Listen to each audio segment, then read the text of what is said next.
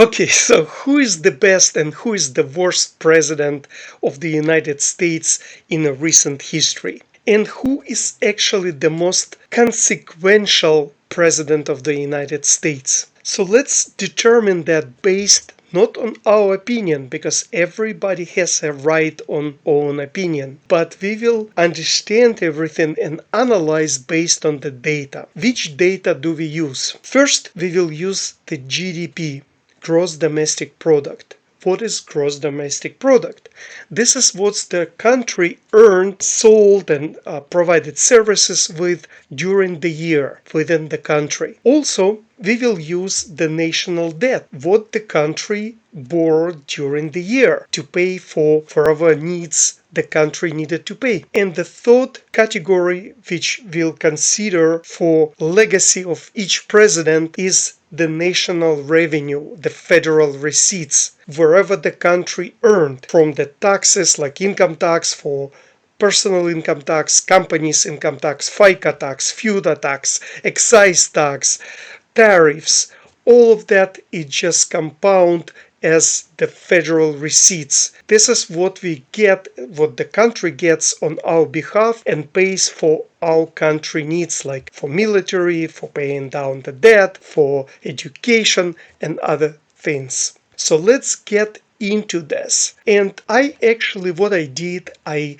download the data into the Excel spreadsheet and then I was analyzing that. As you can see on the spreadsheet, I have columns of year, GDP, national debt, new national debt, how much additional debt was taken during each president's term. I did a lot of work, but I will not bore you with all the data. So first, I summarize the most important data by the president by year and the term of the presidency. Starting with Reagan, you can see that GDP was in trillions, 5.1 trillion at the end of Reagan's term, but it grew actually almost 50% from 2.9 to 5.1, but national debt grew 1.7 trillion. And then George Bush Sr., in his presidency, you can see that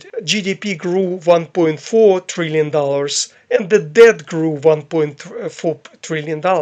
Under Clinton, you can see that GDP grew 3.7 trillion, but the debt grew only 1.7 trillions. So you can see that under Clinton, the GDP grew almost 35%. It's a growth of GDP, new additional to GDP, and that was the GDP at the end of Clinton's term. Actually, you can pause this video and analyze later. But first, let's determine who is the best president and who is the worst president based on GDP, which grew under that president, versus the debt which each president take during his presidency. You can see Bill Clinton, as I said, the GDP was 3.7, new debt grew only 1.7 trillion. So GDP ratio growth versus new debt is 223%. So you can see that Clinton actually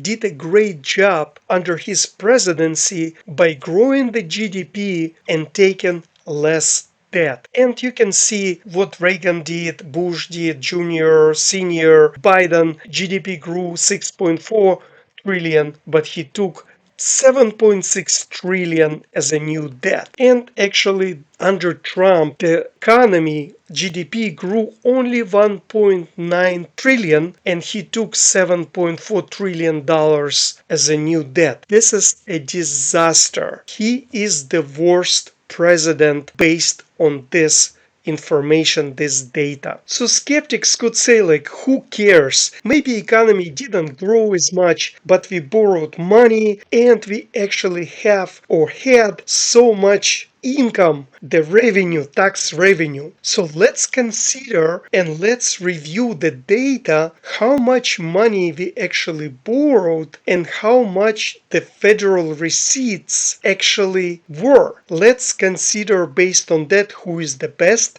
and who is the worst president. Let's look at this table. Gee, Bill Clinton again, he's on the first place. Look, under Bill Clinton, we took only $1.7 trillion, but the USA revenue was $12.4 trillion.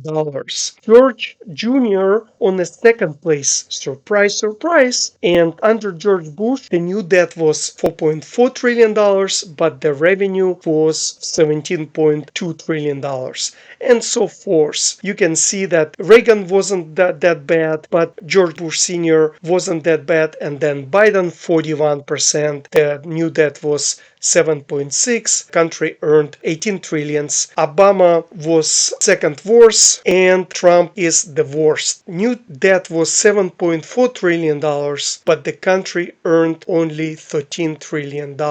Even with the economy grown so huge, 2 times compared to Clinton, but producing so much less revenue. This is a disaster. So again, Trump is the worst president, and Bill Clinton, he is like there's Jesus, and I'm not making fun of people in faith, but there is Jesus, and Bill Clinton is the second person, because by far, looking on these measures,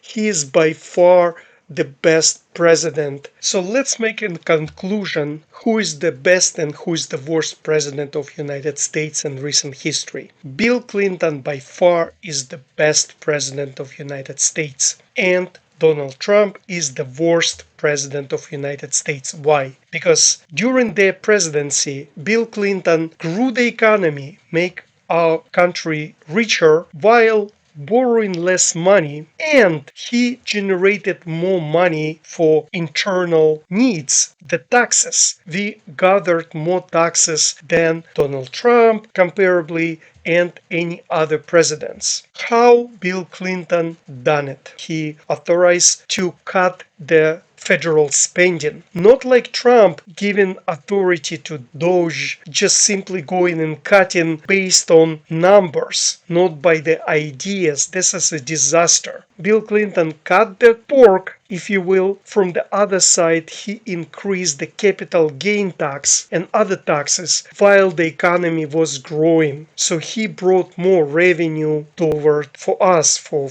people to use for our country needs. Donald Trump cut the taxes, kept the interest rate low. The country didn't get anything. The country didn't grow. Total disaster. Now, we determine who is the best, who is the worst. But who is the most consequential president for the United States and for you? What do I mean by consequential? So let me just warm it up for you. So if you keep the interest rate low enough for quite a few years, the price of housing will grow, the price for goods and services will grow artificially because you can afford more and more putting on a credit card and the interest rate is low, so you can afford more and more per month, but the value will grow up because the automakers could sell you more cars. Now you can sell like $100,000 car where you can pay lower interest, maybe not today, but a year, 2, 3 years ago, and you can put it on 5 to 8 years. So they don't cut the price of the vehicles, they just make affordable to buy that high and top level expensive items like auto and houses. And then at some point they allow you to buy that house because the interest rate is low, and then other homeowners, they can refinance, they have free money and they can buy and buy and buy, so inflation is going crazy. But today you say, okay, I can buy the house, but insurance has to grow the same, like the insurance has to be equivalent to the growth, the price of the house and the replacement cost. It has to make sense. But if you artificially lower the interest rate, kept the insurance companies telling that they are evil insurance companies, and you make them keep the rates low, and when the disaster comes, they have no money to pay because they are obligated to pay for the damages, but they not set up for natural disasters. So it's been all artificially grown. hey, you're saying like, I need President Donald Trump to lower interest rate so I can afford the house. It's wrong. If lower interest rate for you, then other people will also be able to buy that house. Real estate price will go up. So people who sit on their houses and they want to sell it to you, they will make money. But people who can afford to buy a house, they will afford more if the interest rate will go down. So you will be always in competition with other people if the interest rate goes down. So don't ask for interest rate to go down to buy a house. This is a wrong strategy because then you have to pay for all the goods like tariffs, like you want to buy a new bath, you want to buy new tools for your home. It's unaffordable. You cannot sustain to be in your home even if you can buy it. So the idea for the house is to get the down payment, get a better job, make sure that you can afford living in that house. And you say like, yeah, but look, nobody is selling the house, blah, blah, blah. No worries, wait for it. Because at some point, people want to sell the house. So what they're gonna do? They either sell it lower or they will not sell it at all. But you cannot artificially to make people to sell a house thinking that they lower the interest rate and it will be lowered only to you. So if I said is correct and you agree with that, so whoever they kept artificially interest low and created such a disaster for our country like inflation, as Donald Trump would say that we never have seen it before. So who is that president was? For this, I gathered different data to analyze interest rate during each year from 1970 against the GDP and national debt. You can see on the graph that interest rate is in the red, the GDP in the blue, and the national debt is in green. Let's, for example, take presidency of Ronald Reagan. He started from 1981. You can see that he inherited the peak of the interest rate. It was inflation. So he actually managed the economy well. He grew a little bit the GDP, the economy. He borrowed a lot compared to growing GDP, but he managed to knock down the interest rate. So people were happy with Ronald Reagan. Let's move to a different table because I want to show you in detail more recent history of the interest rate versus GDP and the national debt. Starting from 2000, you can see George Bush came in 2001. He inherited recession, then he inherited 9/11, so economy was going down a little bit, not much, but he needed to borrow money. And when the economy started growing back up at approximately 2003-2004, it picked up a normal pace of expansion. He and under him Alan Greenspan started increasing the interest rate. Look, the economy started going nicely up, then he started to increase the interest rate. Also, he was borrowing. It you can see in the green. In 2007-2008, there was the biggest recession in United States history. It has to do with the mortgage, and at that moment, a new Fed chair came, Ben Bernanke. He started taking the interest down to the almost zero. In 2009, Obama came into the office, and you can see that during Obama administration from 2009 to 2017, the interest was kept at almost zero interest, while the national debt was growing insane up. Yes, the GDP was going up starting from 2008 or 2009, and from 2009 it was nicely going up. So Obama's administration, Ben Bernanke and then Janet Yellen, they were supposed to increase the interest rate right here, but they didn't. So Obama is the most consequential president of the United States. This is because when he kept a low interest rate for many years, a significant group of people could borrow more money for cars under equity loans, and then this situation was kept for at least 5-6 years, from 2009 to 2016, and then Donald Trump came in 2017. Within 1 year, he and the Republican Congress enacted the greatest tax cut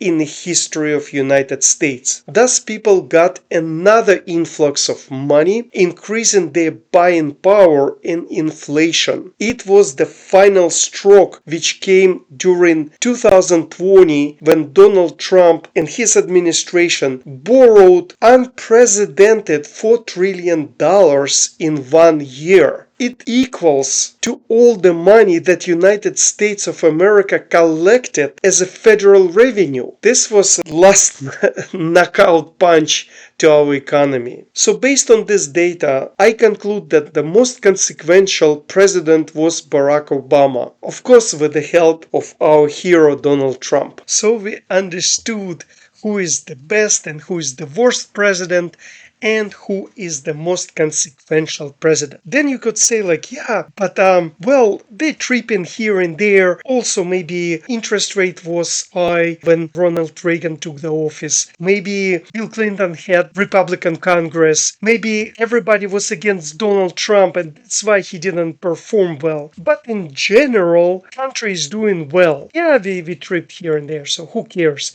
But the country is doing well. Well, for this, I created another table to show you how everything is so bad. So look at this table. In this column, I have USA revenue in trillions. In this column, I have national debt increased each year. So when you add the net revenue for the federal government and the amount the government borrowed and spent, you will have the total spending for that term of the presidency. And then, because some presidents were for 8 years, some for 4 years, I divided term for 8 years by 2. And then we can see the trend. And what this trend tells you, it tells that George Bush Sr. spent $5.6 trillion.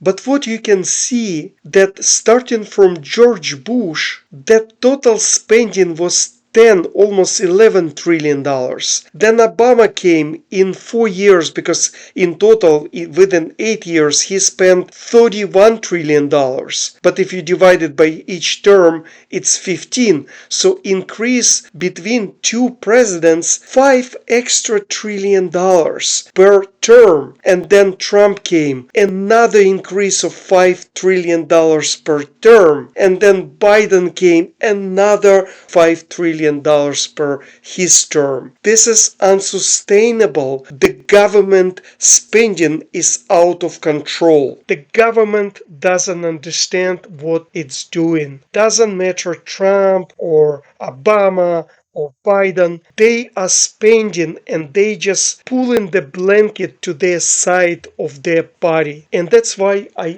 have a book, The Purple Vision, where I'm explaining how to fix the problems with the rising debt, how to fix the problems with healthcare, with illegal immigration. It's all here. As I started, you have a complete right on your opinion, but you have no right on the data, on the history. And based on that, please look at these charts, look again this video, and please subscribe for my channel. And our political leaders have to change the way we are going. Otherwise, we are going down. Thank you so much. You guys take care.